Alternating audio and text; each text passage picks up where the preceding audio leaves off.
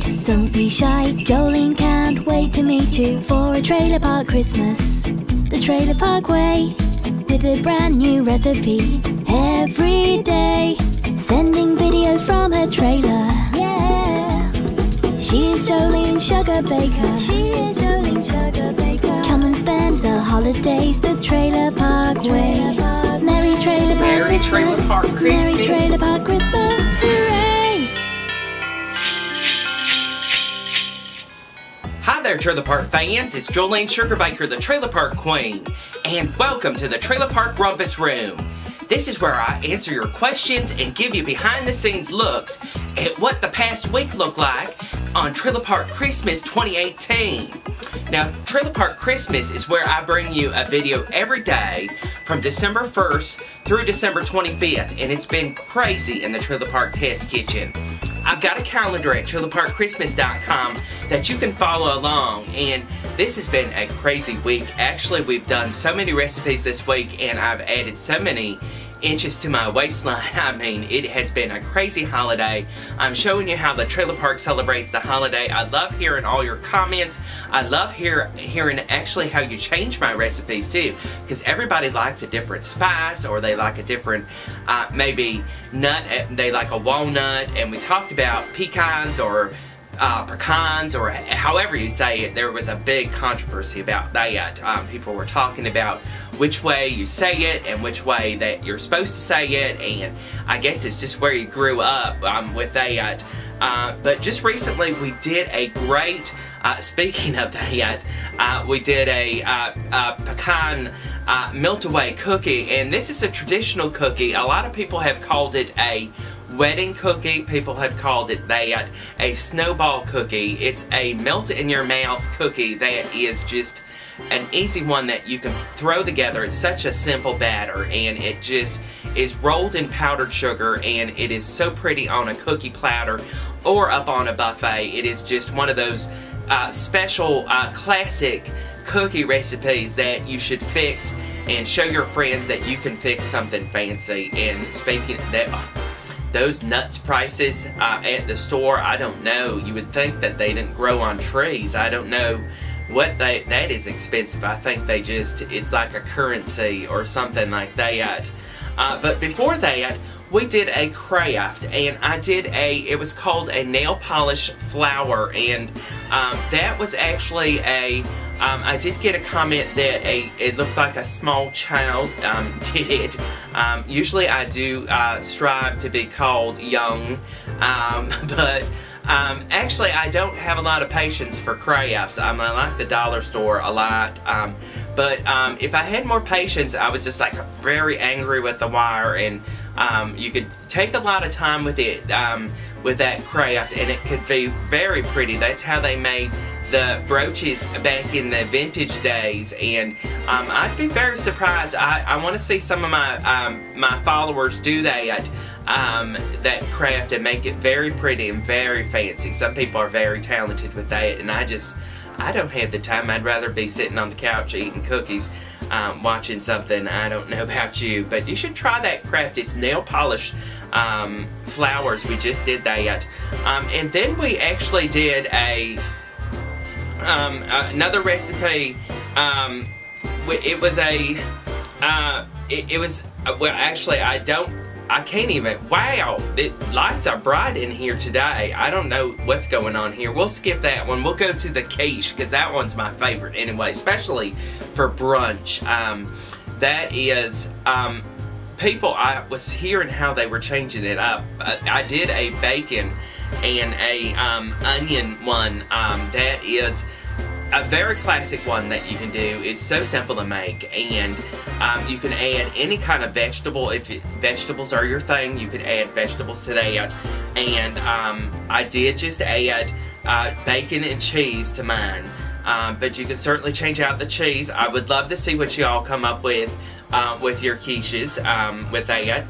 It's something that is very, you'll look like a rock star if people stay over and you suddenly do a quiche and bring that out. You can even freeze them, and you can like pop them in the oven again, and people will be like, wow, they cooked a quiche for me? That is, I don't even know what to say about that yet.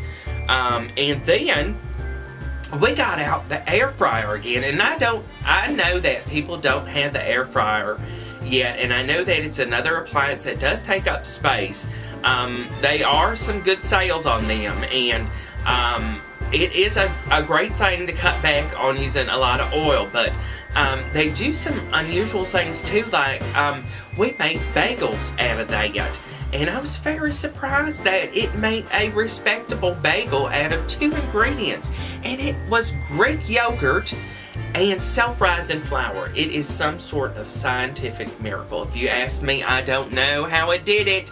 People were writing me, how does it, can we use flavored? You could do it if you would really want to try it. I mean, it's some simple ingredients that if you mess up, that is okay. But that is something that, it's something that you could try out, but I don't know, it's some miracle that happens. I don't know how it happens, but it was a bagel. It was in the air fryer. It's just weird. You should try it. Next up, with that, we had Crunchy Scott check in. He is one of my favorite vegetarians.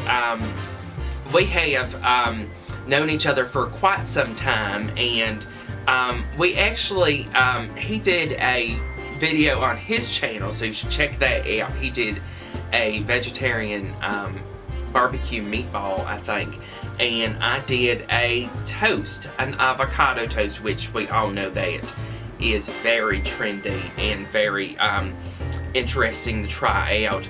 And mine was vegetarian, and I used yeast flakes in that. That was very vegetarian. I don't know what to say about that, but I didn't taste it as in the flavor of anything different in it, but it was very unusual. It was a very unusual recipe with that, and it looked very festive. It was Christmassy with the red peppers up on top, and it was very, I guess, wholesome. And with that, and very trendy, people will be like, oh, that is avocado toast. Now I feel like I'm in a hotel lobby or something like that. Of course, usually on Sundays I did a chat, so there was another one there that we talked about holiday traditions, so you can check back on that. But what has been your favorite show so far? There's been so many recipes. I'm so excited that these recipes can be used any time of year, and it doesn't matter if you do not celebrate Trailer Park Christmas. These are great any time of year, except maybe I don't think I'm doing any pork ones this year.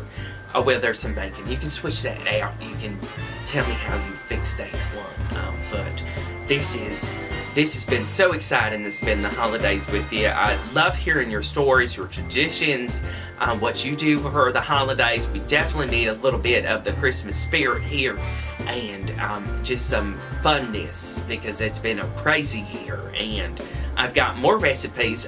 Next week we have a soup, and we're doing gluten-free. We're doing another cheese dip, because those are always part of the Trailer Park season.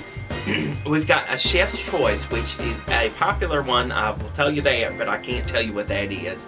A gift in a jar and a frozen pie. I mean, those are great for the holidays. But if I haven't gotten to your comment, these shows are not pre-taped. I get a lot of comments. People are like, is that a studio? No, that is my everyday kitchen.